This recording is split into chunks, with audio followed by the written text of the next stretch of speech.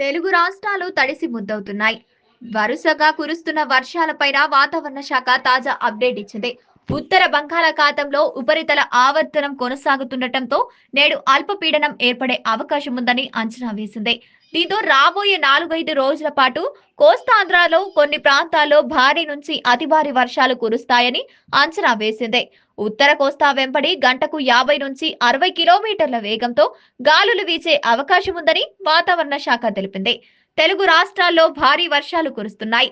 Arabia సముద్రం నుంచి గుజరాత్, మధ్యప్రదేశ్, మహారాష్ట్ర, తెలంగాణ, కోస్తాంధ్ర మీదుగా బంగాళాఖాతంలో ఉపరితల ఆవర్తనం వరకు ద్రోణి కొనసాగుతూనే ఉంది అని ఐఎండీ వెల్లడించింది.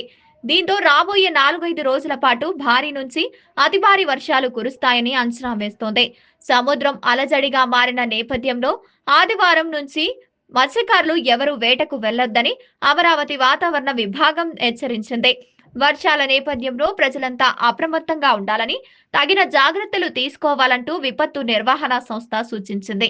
బుధవారం శ్రీకాకుళం, విజయనగరం, పార్వతీపురం మన్యం, అనంతపురం, ప్రకాశం తదితర జిల్లాల్లో తేలికపాటి నుంచి ఓ మోస్తరు వర్షాలు పడ్డాయి.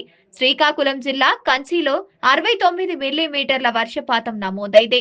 అదే విభాగంలో ఉత్తర కోస్తాంధ్ర యానంలో తేలికపాటి నుంచి మోస్తరు వర్షాలు లేదా ఉరుములతో కూడిన జల్లులు అనేక చోట్ల కురిసే అవకాశం ఉందని వాతావరణ విభాగం తెలిపింది.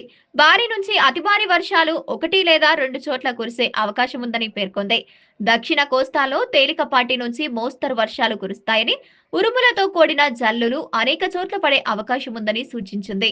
భారీ నుంచి అతి భారీ వర్షాలు 1-2 లేదా 2 చోట్ల కురిసే అవకాశం ఉందని వెల్లడించింది.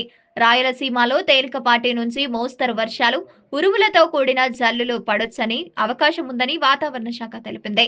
ప్రజలంతా జాగ్రత్తగా ఉండాలని సూచించింది. ఇక హైదరాబాద్ నగరాన్ని వర్షం ముంచెత్తింది. హైదరాబాద్ లో బుధవారం తెల్లవారుజాము నుంచి ఉదయం 11 గంటల వరకు మురుసులు, చిరుజల్లులు, ఆఫీసులకు వెళ్లే ఉద్యోగులు, చిరు వ్యాపారులు ఇబ్బంది పడుతున్నారు.